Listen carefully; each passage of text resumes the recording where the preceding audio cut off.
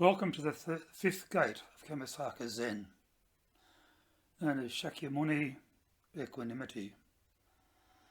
This is about the Buddha and his life and the ethos behind his talkings, his teachings, the sutras. I hope you're enjoying these armchair chats that we're doing as we work our way through the 10 gates. We're coming up on the halfway mark now. And whether you are following this to simply increase your knowledge and your understanding of the Dharma, or if you're using it as a part of the 10 Gates preordination program, I hope you're enjoying the Dharma as you're going along. And that's particularly now as it's starting to build into quite we're getting down to quite a in-depth look into the Dharma. So, the fifth gate, Dharma talk number 1. There's actually 10 Dharma talks in the fifth gate. So talk number 1 is the life of the Buddha, the historical context and symbolism. So let's make a start. The life of Siddhartha Gautama, who would later become known as the Buddha. It's a pivotal narrative in the history of human thought and spirituality. And Siddhartha's journey from princely comfort to spiritual enlightenment is not only a personal tale, but also a reflection of the socio-political and cultural milieu of ancient India. So in this first Dharma talk of the fifth gate, I'd like to explore some of the historical context of the Buddha's life and some of the events that shaped his teachings, but also to look at the profound symbolism found within this particular story.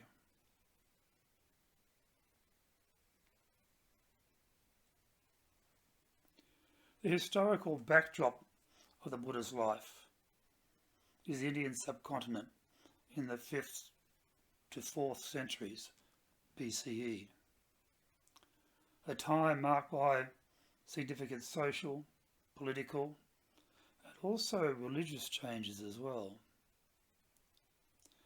And the period was characterised by the rise of urban centres and trade, alongside the development of new philosophical and maybe even religious ideas. And during the time of the Buddha, India was transitioning from a tribal agrarian society to a more urbanised and stratified society. There was change. And numerous kingdoms flourished, including the Shakya, where Siddhartha was born. The political landscape at the time was dominated by competing republics and monarchical states. And the growth of cities and trade, it brought increasing wealth, but it also exacerbated social inequalities and also social unrest.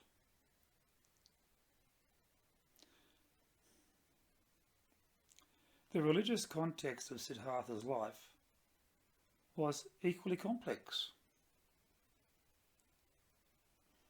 At the time, Vedic traditions dominated the spiritual landscape, characterised by rituals, hymns, and the authority of the Brahmin priests. However, this period also saw the emergence of various aesthetic movements and philosophical schools. And it was these schools that they challenged the traditional beliefs. And this included the Ajankas and the Jayans, and various other materialistic schools.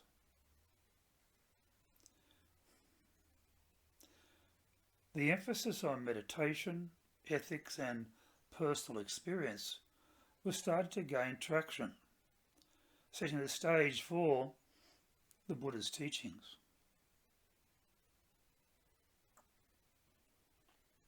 India was in a socio-economic change, brought about by, as I said, urbanisation and trade that led to many questions led to many to question the established norms of life.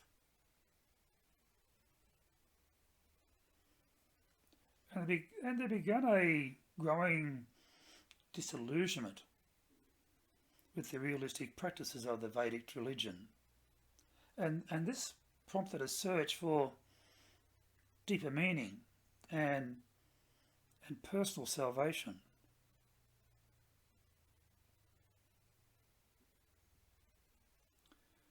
This quest for understanding was a significant catalyst for Siddhartha's own spiritual journey. Siddhartha Gautama was born around 563 BCE in Lumbini, in present-day Nepal. And his life can be divided into several key phases. So, Siddhartha was born into the Shakya clan, a royal family of the Kushana warrior caste. His father, Siddhanahana, and Mother Queen Maya ensured that he lived a life of luxury. And in this life of luxury, he was shielded from the sufferings of the world. So the Buddha's early life was marked by opulence, privilege, and also by a lack of exposure to the harsh realities of existence.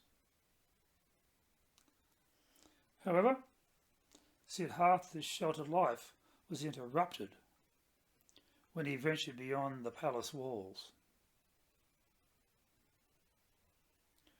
And it was there that he encountered what is known as today as the four sights: an old man, a sick person, a dead body, and an ascetic.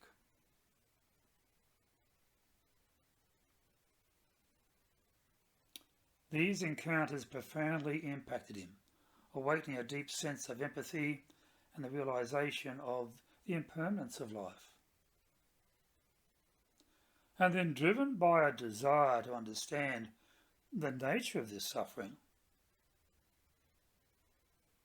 Siddhartha made the monumentous decision to renounce his royal life. And at the age of 29, and this number 29 is disputed, so at the age of 29, he left his family, including his wife, Yashodhara, and their newborn son, Rahula. And it was this act of renunciation, which has become known as the Great Renunciation, marked the beginning of his quest for enlightenment.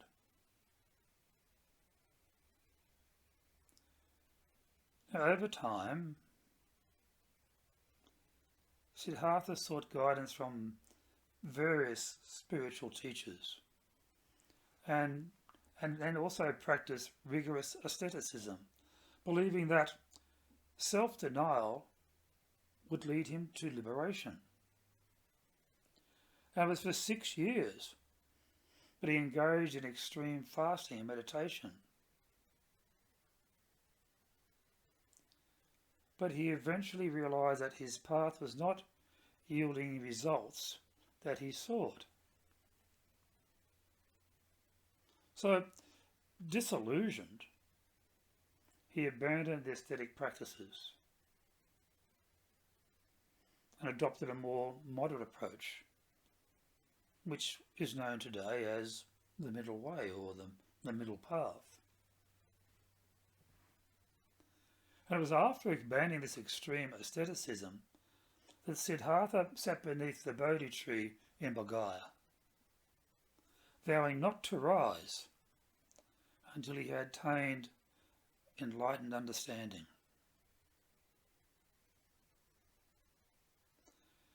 And it was his deep meditation that led him to confront the forces of Mara, the embodiment of temptation and illusion. Mara, temptation and illusion.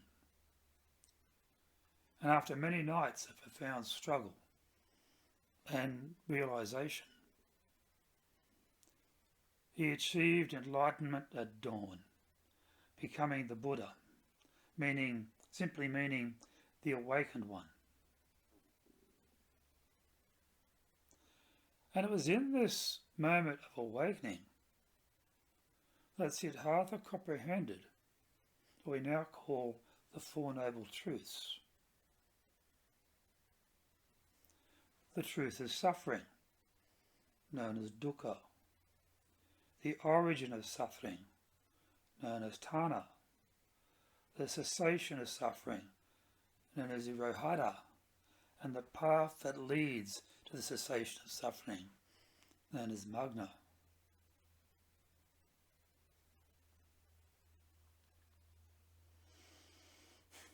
It was this realization that formed the foundation of his teachings, and also formed the foundation of what would later become the essence of Buddhism. So, following his enlightenment, the Buddha began his teaching mission. His first sermon at Sanath marked the formal beginning of the Buddhist community, which we call the Sangha. It was there he also emphasized the importance of the middle way, which advocated for a balanced approach to life, avoiding both indulgence and extreme asceticism. And as the Buddha, he travelled extensively across northern India, sharing his insights with diverse audiences, including kings, merchants, and common people.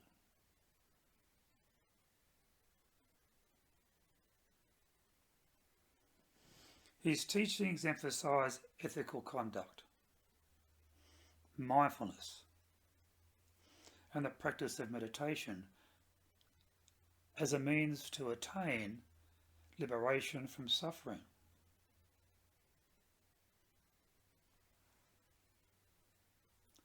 Over the next 45 years or so, the Buddha gathered a devoted following, and the Sangha grew. It grew to include monks and lay practitioners.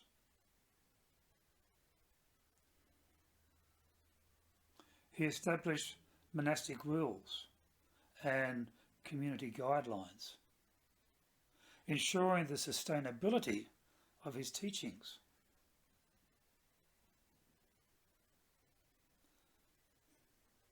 The Buddha passed away at the age of 80 in Kushinagara, leaving a rich legacy of spiritual wisdom. And his life is imbued with profound symbolism. Symbolism that resonates deeply within the Buddhist tradition.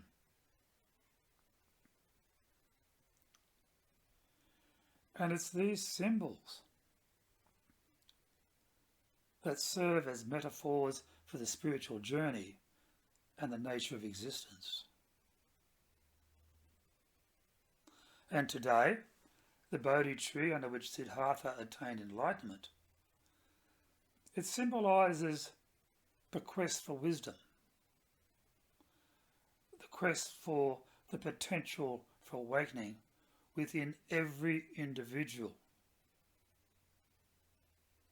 And the tree is simply a representation of life, a representation of growth, and a representation of interconnectedness, signifying that enlightenment is accessible to all beings that are willing to seek it.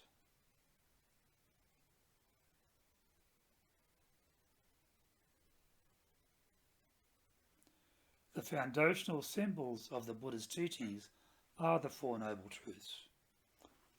They encapsulate the essence of human experience, highlighting the reality of suffering and the path to liberation. And each truth symbolises a crucial aspect of existence: the acknowledgement of suffering, the identification of its causes, the possibility of its cessation, and the practical steps to achieve this freedom.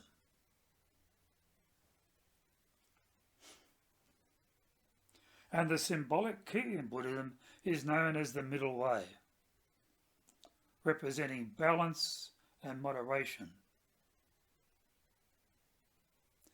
It embodies the idea that extreme practices, whether of indulgence or asceticism, they lead to suffering.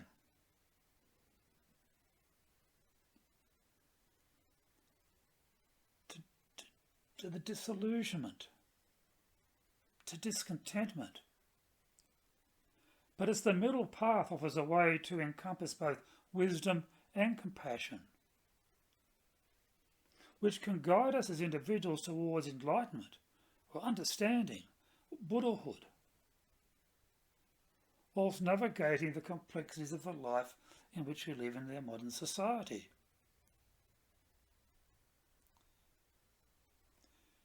Now, the wheel of Dharma, the Dharma chakra, is a powerful symbol in Buddhism, representing the teachings of the Buddha. Here it is here, pinned on me here, the Dharma chakra. The turning of the wheel signifies the dissemination of knowledge and the cycle or the cyclical nature of existence. And it's each spoke of the wheel represents the Noble Eightfold Path principles, which guides practitioners on their journey towards enlightenment.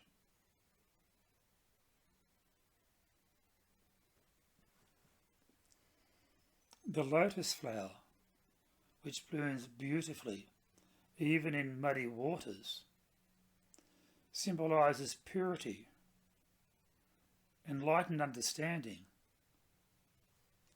and spiritual awakening. And in Buddhist iconography, the Buddha is often depicted sitting on a lotus, signifying that true wisdom arises from overcoming adversity and transcending the limitations of existence, a muddy existence. The stupa, a mound-like structure for containing relics of the Buddha and other revered figures. It serves as a symbol of enlightenment and the path to liberation. And it represents the Buddha's physical presence and the spiritual journey of practitioners.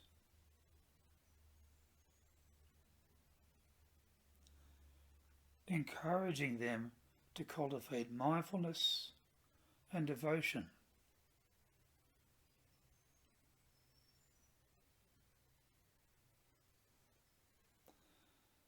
The life of Siddhartha Gautama, the Buddha, is a narrative that transcends time and cultural boundaries, offering profound insights into the human experience. So, the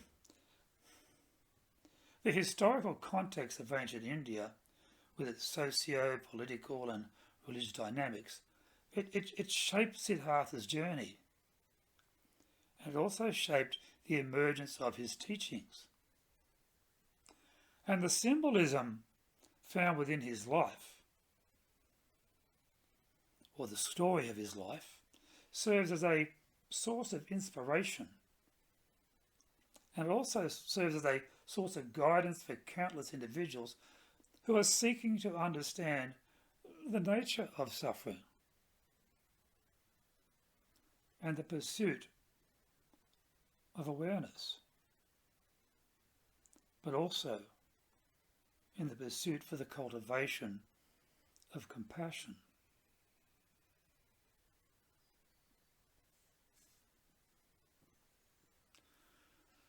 So as we reflect on the life of the Buddha, we are reminded of the transformative power of self-discovery and the enduring relevance of his teachings in a world still grappling with the challenges of suffering, desire, and the quest for meaning.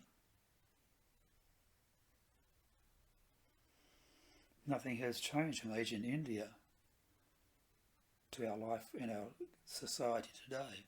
It's all the same.